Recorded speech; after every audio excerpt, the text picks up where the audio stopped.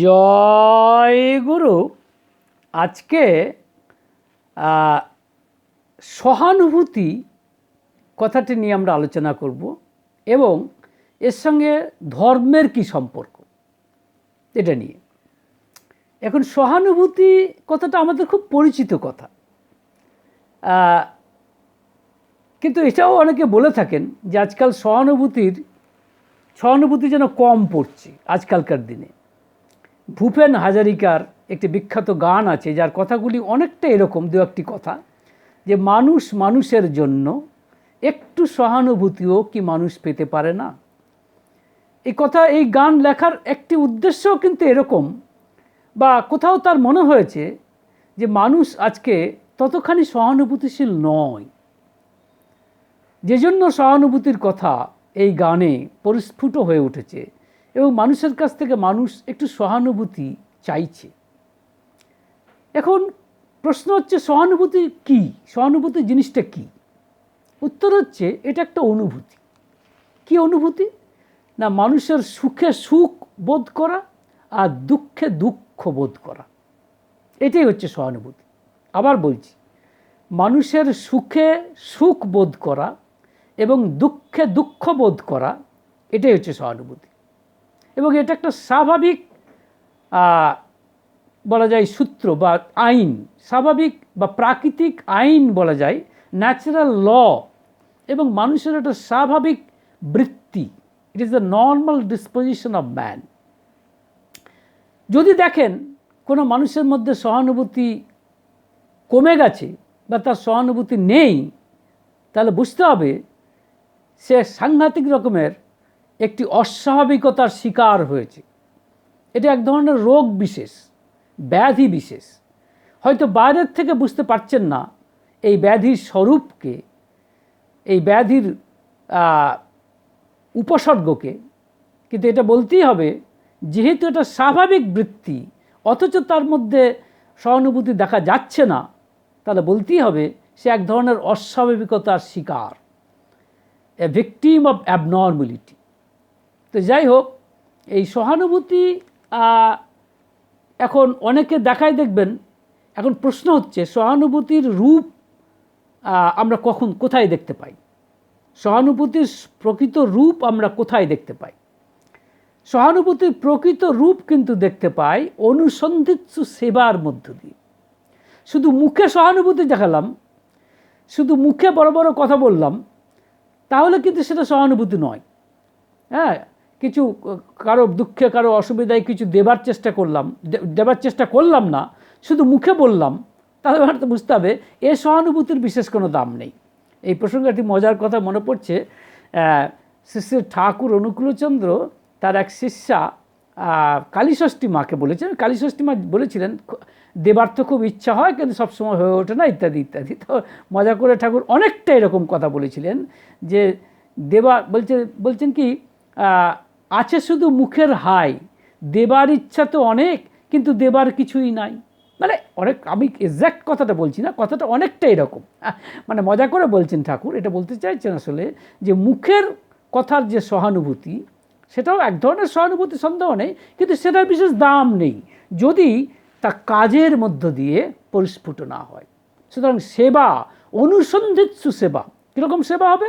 অনুসন্ধিৎসু সেবা, মানে জেনে শুনে সে বুঝে নেবে যে তাকে কীভাবে সেবা দিলে, কীভাবে কাজ করলে তার সত্যিকারের উপকার করা হয়। সেটাই হচ্ছে সহানুভূতির রূপ প্রকাশ পাওয়া। তো এখন দেখবেন, এটা অনেক ক্ষেত্রে যারা বড় ফ্যামিলি, বড় পরিবারে এটা দেখা যায়, যে বড় পরিবারে একজন বয়স্ক মানুষ, যিনি ওই পরিবারের কিল কেন্দ্র হিসেবে, অ্যাজ পিভট হিসেবে কাজ করেন এবং তাকে সবাই সম্মান করে, শ্রদ্ধা করে এবং তাকে খুশি করার জন্য প্রত্যেকে কাজ করে, এবং তারা কাজকে নিজেদের মধ্যে অত্যন্ত সুন্দরভাবে ভাগ করে নিয়েছেন, এবং তারা যে কাজ করছেন একে অপরের জন্য, সেটা কোনো বাহবা পাওয়ার জন্য বা কোনো গর্ব পাওয়ার জন্য বা কোনো তথাকথিত ইগোইস্টিক সার্ভিস নয়। তার কারণ তাদের ড্রাইভিং ফোর্স হচ্ছে ওই বয়স্ক মানুষটি, তাকে খুশি করাটাই হচ্ছে তাদের আনন্দ। এইটা আমরা বড় পরিবারে দেখতে পাই। এখন একই জিনিস দেখতে পাই কিন্তু আমরা, যে একই যদি আদর্শ হয়, একই যদি ইষ্ট হয়, তার তার যারা ভক্তবৃন্দ তাদের মধ্যেও এই ধরনের সহানুভূতি আমরা দেখতে পাই। এইখানেই আসছে ধর্মের প্রয়োজনীয়তা। যেরকম বড় বড় ফ্যামিলিতে আমরা যেটা দেখতে পাই যে প্রত্যেকে কাজ করছে, মানে ধরুন একজন মানুষ তার ভাইদের জন্য কাজ করছে। কেন? কারণ সে তার ভাইদের মধ্যে তার বাবাকে দেখতে পাচ্ছে, তার বাবাকে খুশি করার জন্য সে ভাইদের জন্য পরিশ্রম করছে। একইভাবে যারা সোজা কথায় গুরু ভাই বা গুরু ভগ্নী, তাদের ক্ষেত্রে আমরা দেখতে পাচ্ছি যে যেহেতু তারা দেখছে যে অন্য গুরু ভাইয়ের মধ্যে বা অন্য গুরু ভগ্নীর মধ্যে আমার সেই ইষ্টই রয়েছেন, তাই ইষ্টকে খুশি করার জন্য তারা বাস্তবভাবে কাজ করছে, কর্ম করছে, সেবা করছে। এইভাবে সহানুভূতির প্রকাশ দেখা যায়। নতুবা শুধু মুখে মুখে সহানুভূতি সত্যিকারের সহানুভূতি ঠিক বলা যায় না। দেখুন, এবং লক্ষ্য করে দেখুন, সহানুভূতি কিন্তু শুধু ব্যক্তিগতভাবে একাত্তি মানুষের আছে তা নয়। এই সহানুভূতিকে কেন্দ্র করেই তো গভর্নমেন্টও, সরকারও তো বিভিন্ন ধরনের স্কিম করছে, বিভিন্ন ধরনের প্রজেক্ট করছে, বিভিন্ন ধরনের কর্মসূচি নিচ্ছে। এবং এরকম ধরনের নানা ধরনের নামও শুনতে পাই, যেরকম কুবেরের ধন, বা ধরুন বড় দিদির ভাণ্ডার, বা মায়ের ধনভাণ্ডার, যাই হোক এই জাতীয় বিভিন্ন কথাবার্তা, বিভিন্ন ধরনের প্রজেক্ট, বা এই জাতীয় এক্স্যাক্টলি এই নাম না হতে পারে এরকম। উদ্দেশ্যটা হচ্ছে এই প্রজেক্ট বা এই স্কিমের মাধ্যমে মানুষকে, যারা সত্যিকারের দুর্গত, যারা সত্যিকারের অসুবিধাগ্রস্ত, তাদেরকে সরাসরি একবারে তাদের ব্যাংক অ্যাকাউন্টে তাদের টাকা পাঠিয়ে দেওয়া হচ্ছে, বা কোনো ক্ষেত্রে ক্যাশ, বা কোনো ক্ষেত্রে কাইন্ড এটা পাঠানো হচ্ছে। এটা কি করা হচ্ছে? এটা একটা সেবা। এই সেবাটা হচ্ছে বহিরঙ্গের সেবা, এক্সটার্নাল সার্ভিস। এখন এই সেবাটার প্রয়োজন অবশ্যই আছে, কিন্তু এই সেবার সাথে যদি মানুষকে ধর্মদান না করা যায়, তাহলে কিন্তু এই সেবাটা ফুলপ্রুফ নাও হতে পারে। কীরকম? এটা বলাই বাহুল্য যে ধর্মদানই কিন্তু সর্বোত্তম সেবা। কেন? প্রশ্নটা কেন?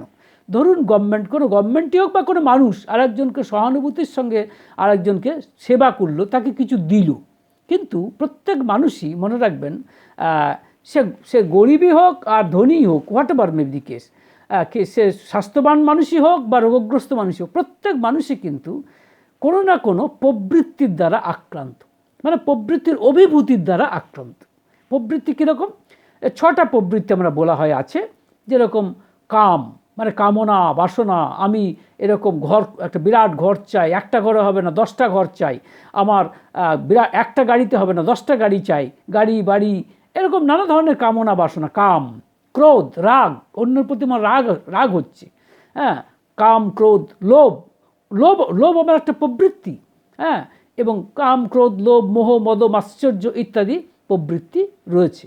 এখন এই প্রবৃত্তির দ্বারা আমরা কম বেশি অভিভূত, কেউই কিন্তু এর হাত থেকে সম্পূর্ণ আমরা বেঁচে নেই, কিন্তু নেই। এরকম বলা হয় যে একজন মানুষ, সে কিন্তু ধরুন বস্ত্র দান করছে, আমি এরকম একটা কথা বলা হয় যে সে বস্ত্র দান করছে, তো এই দান যে করছে এটা একটা ডিভাইন কোয়ালিটি, এটা একটা এটা বলা যেতে পারে দৈবী গুণ। এই দৈবী গুণ তার রয়েছে, কাজে তাকে ভালো মানুষই বলা যাবে। কিন্তু দেখবেন হয়তো যে বস্ত্র নিচ্ছে সে হয়তো তাকে প্রণাম করছে, কিন্তু কেউ হয়তো প্রণাম করলো না, উল্টো গালিগালাজ করলো, নিল অথচ গালিগালাজ করলো, বা তাকে সেভাবে করলো না। তাহলে কী হবে? তার মধ্যে একটা রাগ সৃষ্টি হবে, ক্রোধ। এই যে ক্রোধ সৃষ্টি হবে, এই ক্রোধ থেকে সে মুক্ত নয়। এমন কিন্তু নয় যে সে দানও করছে, অথচ এই দানের ফলে কেউ যদি তাকে পছন্দ না করে, তার সম্পর্কে গালিগালাজ দেয়, তাহলে সে সহজে হজম করে ফেলবে। এতখানি ক্ষমতাবান সে হতে পারেনি। কিন্তু এইখানেই আসছে ধর্মের প্রয়োজনীয়তা, এইখানেই আসছে আদর্শের প্রয়োজনীয়তা।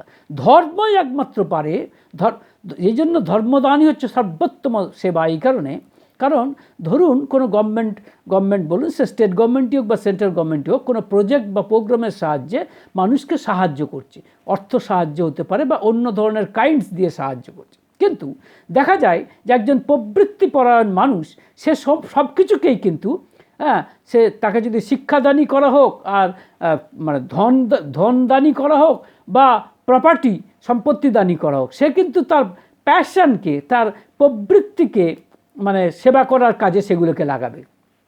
তাই এই যে দান করা হচ্ছে, বহিরঙ্গের যে সেবা, সেটা কিন্তু তাকে মানে তার এক্সিস্টেন্সিয়াল গ্রোথ বা সত্তার কিন্তু বৃদ্ধি আনতে নাও পারে।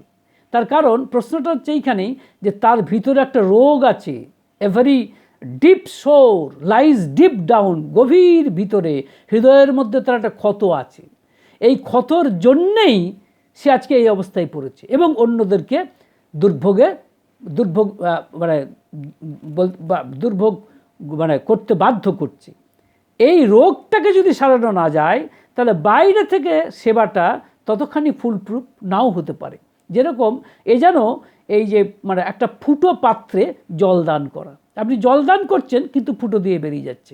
কাজেই এটা সবচেয়ে আগে দরকার যে তার যে প্রবৃত্তি, তার প্রবৃত্তির গায়ে হাত দিতে হবে। আর এই প্রবৃত্তির গায়ে হাত দিতে পারে একমাত্র ধর্ম, এবং ধর্ম মূর্ত হয় আদর্শে। তার যদি আদর্শ না থাকে, তার সে ধর্মের সেই অর্থে দাম নেই। কারণ একজন মানুষই হচ্ছেন, মানে আদর্শ কিন্তু কোনো ভাব নয়, মনে রাখবেন। It's no idea, it's a man, একটা রক্ত মাংসের মানুষ, যাকে দেখে মানুষ ধর্ম শিখবে। যেরকম আমি যদি আপনাকে বলি যে দাদা বাজার থেকে 1 কেজি দয়া কিনে দিন, তো পারবেন?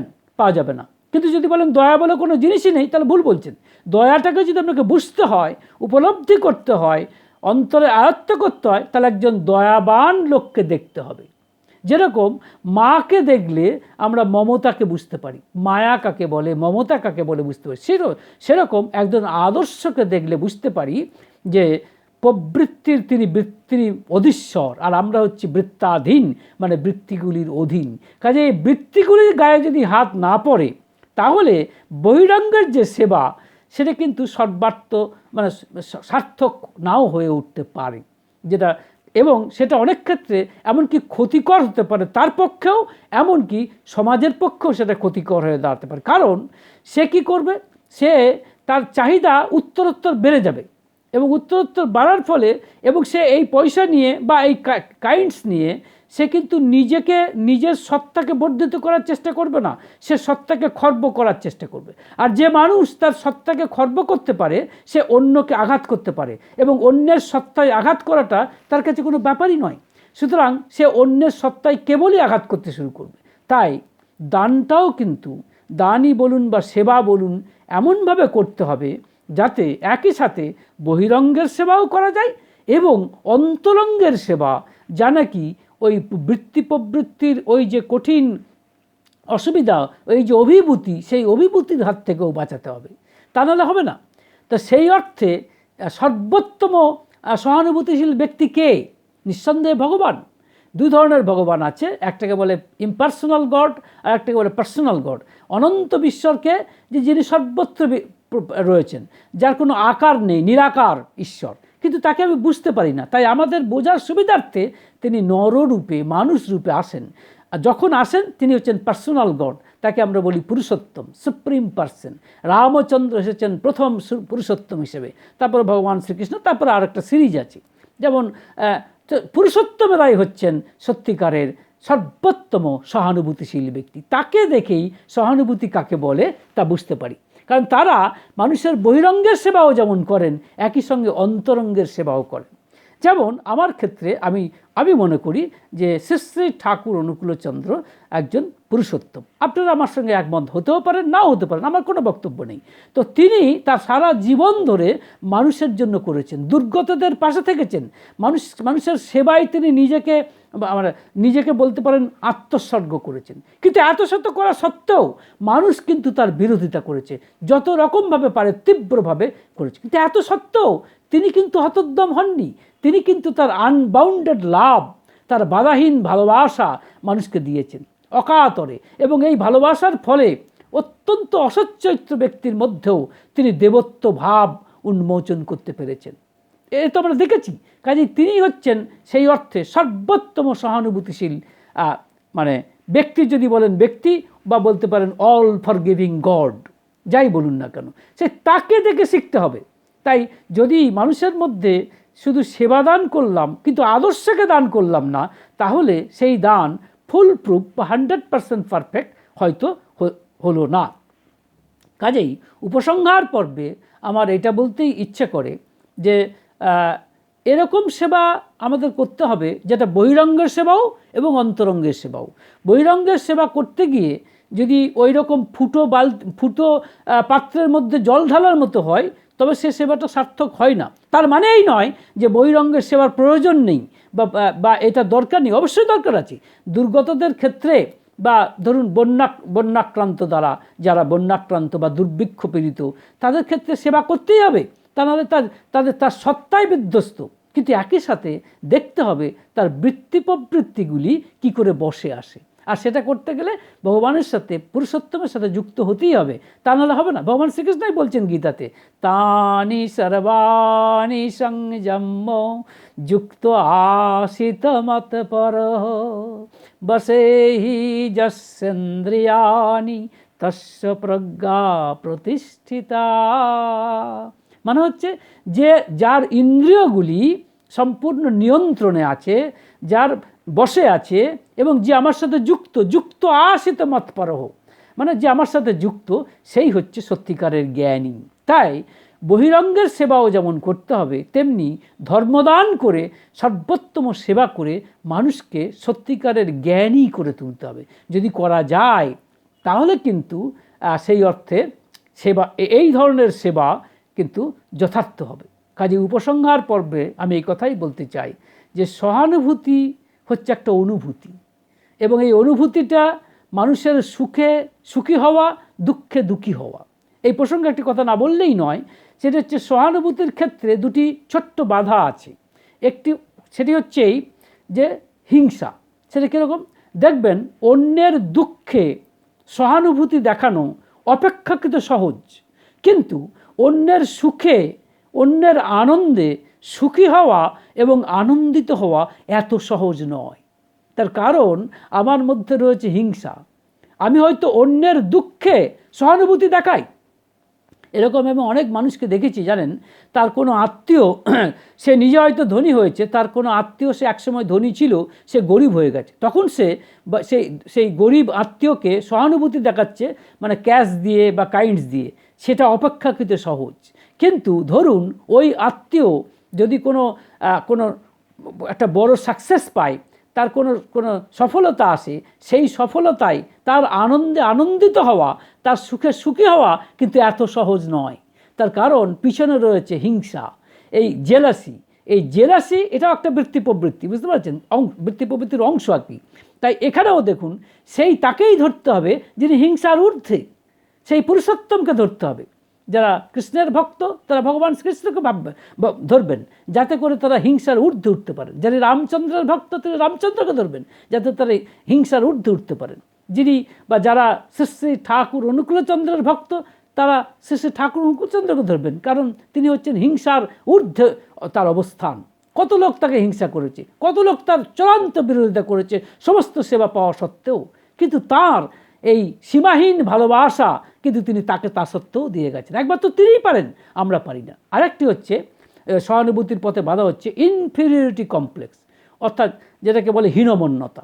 হীনমন্যতা মানে কি, ধরুন আমি হয়তো আর একটা মোটামুটি ভালো জায়গায় এসে পৌঁছেছি, কিন্তু অন্য একটি মানুষ সে স্বভাবতই ভালো মানুষ এবং অনেক দিন ধরে সত্যি সত্যি ভালো মানুষ, তার সঙ্গে যখন আমি কোনো জায়গায় চলন বলন বা আহার বিহার করছি, কোথাও একটা ইনফেরিয়রিটি কমপ্লেক্স, হীনমন্যতা বোধ করছি। এই হীনমন্যতা বোধ করলে কিন্তু সহানুভূতি দেখানো যাবে না। মনে রাখবেন, সহানুভূতিটা দুটো অনুভূতি। এক, লোকের সুখে সুখী হওয়া, দুই, লোকের দুঃখে দুঃখী হওয়া। শুধু দুঃখে সহানুভূতি দেখালাম আর সুখে সুখী হতে পারলাম না, তাহলে সেটা সহানুভূতি নয়, এটাও মনে রাখতে হবে। যাই হোক, এইটাই আমার বক্তব্য ছিল যে সহানুভূতির পথে এটা বাধা। আরেকটি কথা হচ্ছে যে বাইরের বহিরঙ্গের সেবা তার যেভাবেই হোক, বিভিন্ন প্রজেক্ট যেগুলি নাম বললাম তার মাধ্যমে দেওয়ার প্রয়োজনীয়তা আছে, কিন্তু একই সাথে ধর্মদান হচ্ছে সর্বোত্তম সেবা। সেটি না দিলে আমাদের বৃত্তি প্রবৃত্তি কখনোই বসে আসবে না, এবং সেটা বসে আসতে পারে একমাত্র তার সাথে যুক্ত হলে। ভগবান শ্রীকৃষ্ণ বলেছেন, শ্রী শ্রী ঠাকুর অনুকূলচন্দ্র বলছেন, বি কনসেন্ট্রিক, মানে কেবল তাকে, মানে ইষ্টে কেন্দ্রায়িত হও, তাকে ধরে ঘোরো, তাহলে কি হবে? যেহেতু তিনি সব কিছুর ঊর্ধ্বে, সমস্ত বৃত্তি প্রবৃত্তির অভিভূতির ঊর্ধ্বে, তাই তার সঙ্গে যুক্ত হওয়া মানেই ধীরে ধীরে আমার চরিত্রে, তার চরিত্রের গুণাবলীগুলি মানে আমার চরিত্রে আসবে এবং আমি সেই চরিত্রের মানে সেই গুণাবলীতে সমৃদ্ধ হয়ে ধীরে ধীরে আমি বৃত্তি প্রবৃত্তির অভিভূতির যে ক্লাচ অর্থাৎ তাদের যে মানে হাতছানি, সেখান থেকে অনেকখানি নিজেকে মুক্ত করতে পারব। তবেই সহানুভূতি হবে মানে সেই অর্থে সার্থক একটি জিনিস। তো সহানুভূতির সঙ্গে ধর্মের একটি একবারে সরাসরি সম্পর্ক রয়েছে, এটাই আমার মনে হয়। ভালো থাকবেন। জয় গুরু।